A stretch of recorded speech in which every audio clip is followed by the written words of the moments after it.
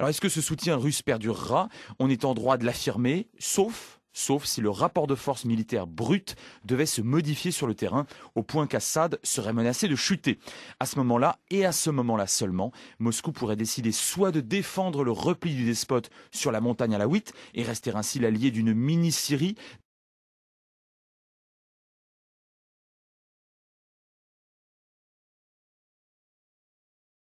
Depuis des mois, certains au sein du régime syrien estiment qu'il serait prudent de préparer, à l'intention des hauts responsables et des membres de la communauté alawite, un lieu dans lequel ceux-ci pourraient trouver refuge. Ce bastion sera évidemment la zone côtière, qui s'étend sur une centaine de kilomètres entre Tartou, au sud, et Latakié, au nord, sur une profondeur d'une cinquantaine de kilomètres vers l'est, au maximum. Berceau de la famille al-Assad, au pouvoir depuis 1970, et d'une grande partie de la hiérarchie de son appareil militaro-sécuritaire, cette région présente un certain nombre de caractéristiques, qui sont, dans les circonstances actuelles, en majorité des atouts. Certes, sa population n'est pas homogène. Mais les Alaouites qui y sont majoritaires ont les moyens de s'y comporter comme ils l'entendent, puisqu'ils disposent de la force des armes, du contrôle de l'armée, des Mukhabaras et des Chabias. Par un étrange paradoxe de l'histoire, en mettant en place un refuge provisoire, qu'il pourrait rêver de pérenniser, Bachar al-Assad redonnera vie à l'État des Alaouites. Créé en 1920 par la puissance mandataire, ce territoire avait été rattaché, en 1936, à l'État de Syrie. En cette occasion, le grand-père de Bachar el-Assad, Soleiman al-Assad, avait tenté de s'opposer à ce rattachement, au détriment de l'unité de la Syrie, en co-signant avec quelques notables de la région de Latakia une pétition adressée à Léon Blum. Dans un entretien au Figaro, publié le 25 janvier 2012, l'ancien vice-président Abdelalim Kadam, exilé en France à la fin de l'été 2005, et compagnon de la première heure de Hafez al-Assad, affirmait « Bachar et son clan ont d'abord distribué des fusils et des mitraillettes dans les villes et les villages peuplés par leurs compatriotes alaouites. Depuis un mois, ils ont aussi commencé à transférer les armements lourds de l'armée, par la route, vers le littoral, en les dissimulant sur les collines et les hauteurs. » Il ajoutait « Les missiles et les armes stratégiques ont déjà intégralement été transférés. Les tanks et l'artillerie, en partie seulement, car le régime a besoin d'en garder pour assurer la répression contre les manifestants dans les villes. » Bachar a également prévu d'envoyer ses avions de chasse sur l'aéroport de Latakié, et il expliquait « Le président syrien a changé de tactique.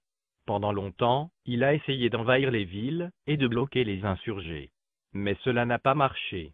Il applique donc aujourd'hui un autre plan qui vise à créer une guerre de religion, une guerre interconfessionnelle. Je sais qu'il y a un mois, il s'est confié à l'un de ses affidés libanais, et lui a dit son intention de créer un État alaouite où il pourrait mener une guerre fratricide et confessionnelle. Il est désormais prêt à créer sa république personnelle. Il envisage de s'installer à Latakié. Je suis sûr qu'il existe suffisamment d'abris souterrains où lui et son clan pourraient se replier. Le 8 avril, il considérait que la création d'un État alaouite est devenue une quasi-certitude. L'observation de ce qui se déroule sur le terrain depuis le début des événements montre que le régime n'a jamais écarté l'idée, au cas où sa situation deviendrait périlleuse à Damas, de chercher refuge dans la zone côtière. Après tout, Hafez al-Assad y avait lui-même pensé lorsqu'au plus fort de la contestation avec la société civile et les frères musulmans, au début des années 1980, il avait ordonné d'ouvrir à Latakié, la seule succursale dans le pays de la Banque centrale de Syrie.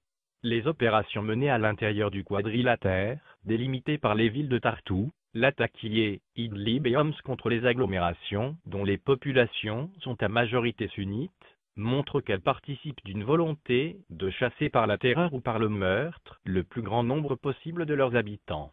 Il s'agit à l'intérieur de la zone de repli proprement dite qui recouvre les deux gouvernorats de la côte, de diminuer la menace constituée par la présence des sunnites et de dégager de la place pour les alaouites et les autres fidèles du régime qui auraient besoin de s'y réfugier.